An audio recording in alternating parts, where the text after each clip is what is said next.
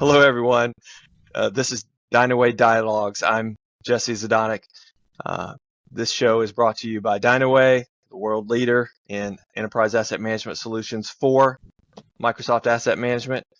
And today I'm super excited to have as a guest Joel Levitt. He is a author, consultant, trainer, written more than 200 articles, several books, trained thousands and thousands of professionals from, I think it says 42 countries. That's amazing. And he leads a Springfield Resources consulting firm, a maintenance focused consulting firm. Thanks, Joel, for being here. How are you today? Thanks for having me. It's an honor to have you, and you've done so much. Trained thousands of people, authored many books. What's shaped your career the most? Tell us a little bit about your journey. Well, by far, I think for this part of the journey, I would have to thank my dad. I worked on consulting projects for him. He was a mechanical engineer consultant. Okay. And I worked on my first project for him when I was 13. So we were simulating a trailer terminal in Elizabeth, New Jersey. And he didn't, he bid the job, but he didn't want to use a computer because in those days that was expensive.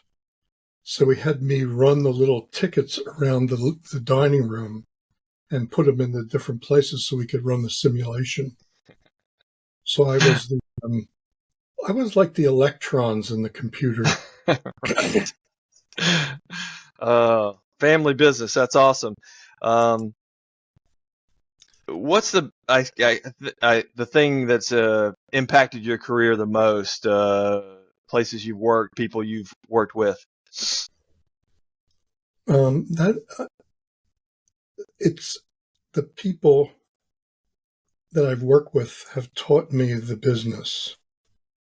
I did some maintenance, but to tell you the truth, I was never really a good maintainer. I was, at best, adequate. As an electrician, I put in computerized fuel systems around the country. I serviced those systems. But the real change happened when I was invited to talk about maintenance management. My boss at the time was a genius in the area of CMMS. This is in the very early days when they were, you might remember CICS COBOL, but probably Sure. a few others do. But we built mainframe systems for people like Federal Express for their ground equipment, for their trucks, cities like the city of Philadelphia, places like that. And he was like crazy and a genius, Jay Butler. And it was just so interesting because every day he would say something that would disagree with what he said the previous day, but was true on a deeper level. So after a few years working for him, once I actually understood what he was talking about, it took me a few years. But I started doing some training for him. And then the people really started teaching me about maintenance. We have so much practical intelligence out there from people that are not PhDs. They're not, seriously engineer up the wazoo. They're people that have just paid attention to what they were doing and doing their job. So that's, where I, for the first few years, people would pay to come to my class, and then I would learn more than they did. It's a fantastic point. I often think that the guys out there running those operations are sometimes way more intelligent than the people that are eventually contracted to train them up. But you're exactly right. There's some wonderful people out there. Let me ask you this question. I understand that your approach to teaching is kind of all about storytelling, and how did you get into that? How would you describe your teaching and consulting style? Well, as a young child, I mostly couldn't tell the truth. I would tell stories. So I got in trouble for that a lot. I wasn't the one that ate the cookies. There was this Yeah. giant thing that came in through the window, But I don't really know. I know that I'm easily bored. And for me, a coherent story is much more interesting to people. And it like shows them what you want to show them without really trying to drag them across the finish line. Like they learn on their own steam with a story. If I give them a bunch of facts, it just doesn't enliven me. So I would much rather tell stories, and I can't really tell you where that started, but as I became a trainer and became more confident in that, I started to tell stories to the point now where most of what I say is like part of a larger story. I totally agree, Joel. I think most of the world, that's kind of the standard way to learn is storytelling. It's only here in the West where we've, had university for a couple of hundred years, thousand years maybe, where we've migrated away from that. But that's an interesting point of view. Let me ask you this. So you have an impressive catalog of books and articles, but for our listeners who are being introduced to you for the first time, which one would you recommend first? Where do they go? What do they do? What would be the go-to Joel Levitt introduction? Well, I have two ways of answering that. The first 15 books are boring. Okay. So I decided as a senior citizen here, that I was going to start writing books that I would want to read. Okay. So I started writing comic books, or they don't call them that, call them graphic novels. Right. And where I could really tell the story, and I could do it in a very kind of disreputable way compared to everybody else's, the way they're doing it. And so I would tell people, I wrote a basic book. I wrote a complete book on preventive maintenance a few years ago. And now I wrote a storybook about preventive maintenance. And it's not as detailed, but it gives you the idea of what it is we're trying to do. And for, Americans that are listening to this, we have General George Washington gave a speech at the encampment at Valley Forge where he talked about the importance of preventive maintenance of the weapons. So, it doesn't get any more fundamental than that, Wow, that's fascinating. That's wonderful. I've been to Valley Forge too. It's a definitely an impactful place to go visit. Let me ask you this then. In the challenges, in your point of view, the challenges that we see in maintenance and the maintenance field recently, what are the major hurdles or changes that you've seen develop in regards to operational efficiency and and technology in the past 5 years, and where do you see it going in the future? Well, I hope there's a future.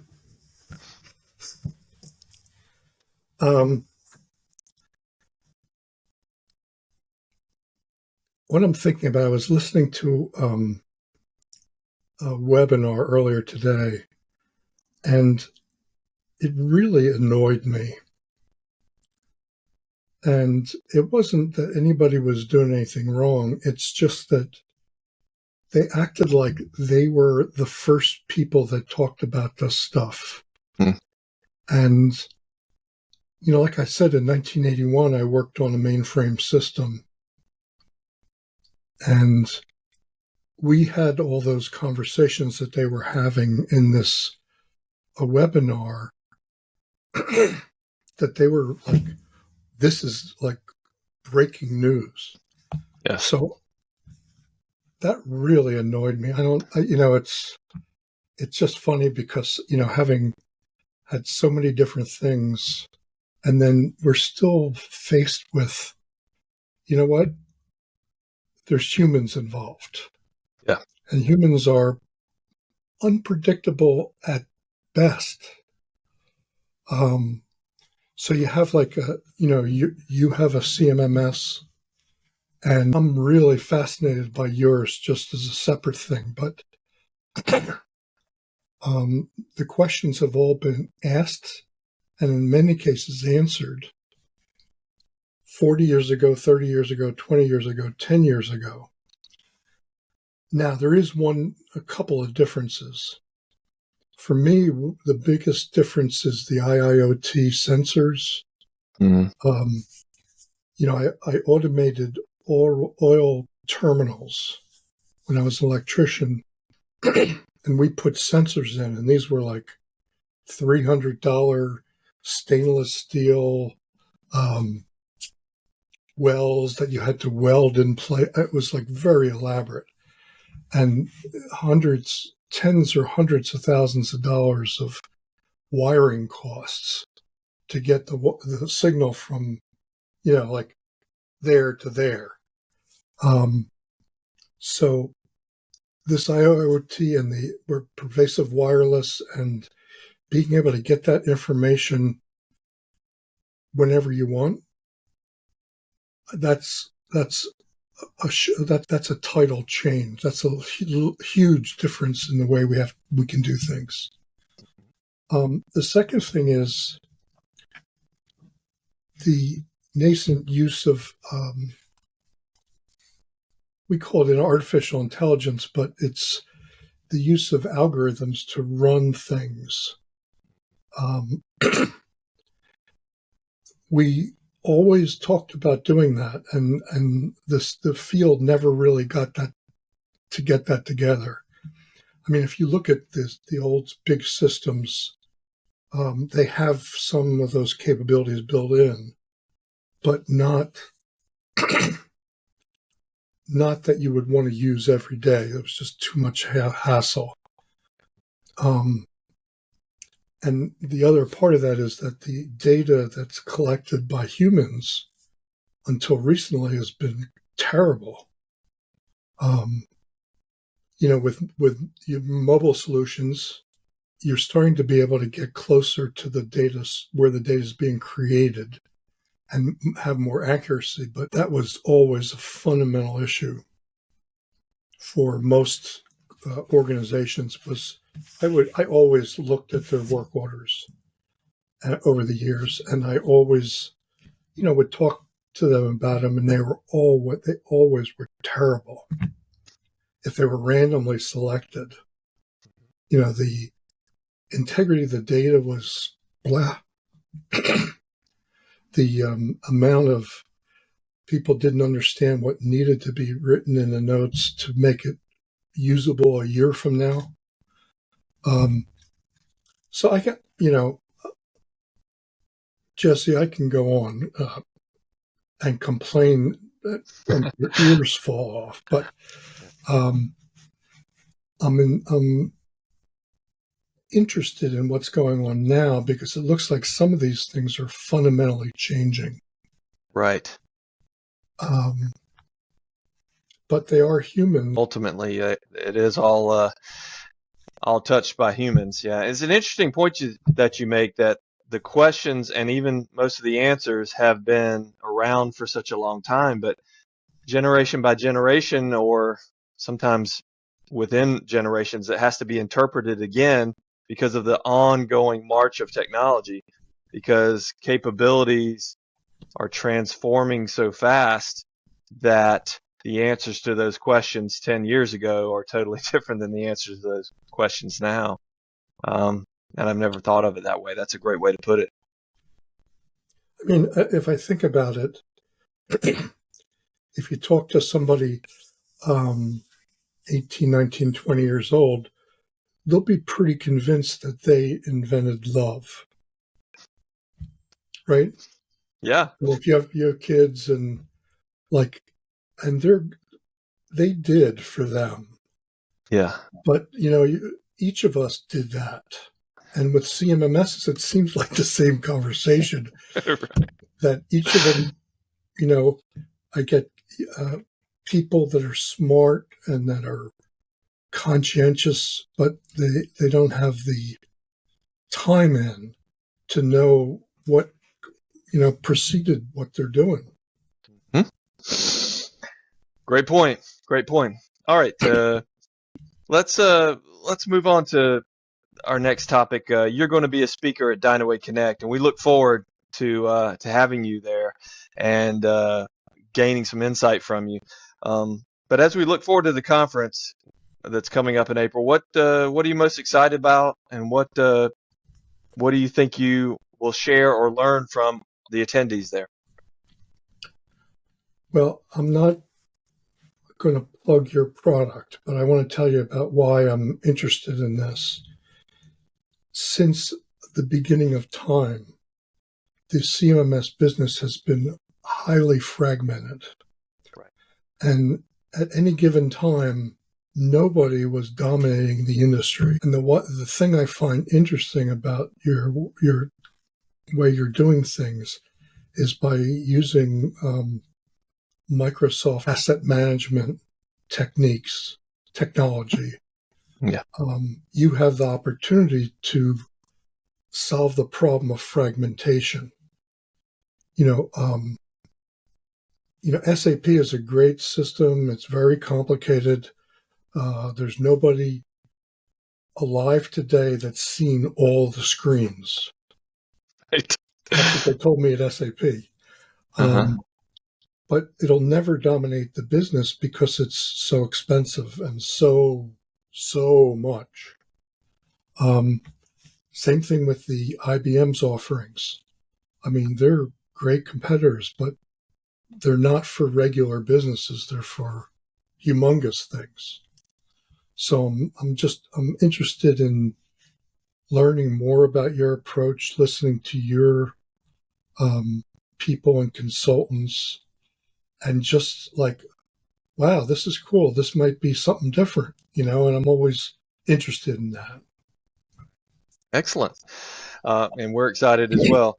Last question then, just in your opinion, we're creating a new conference, and of course there's lots of maintenance conferences. There's lots of conferences, software specific conferences.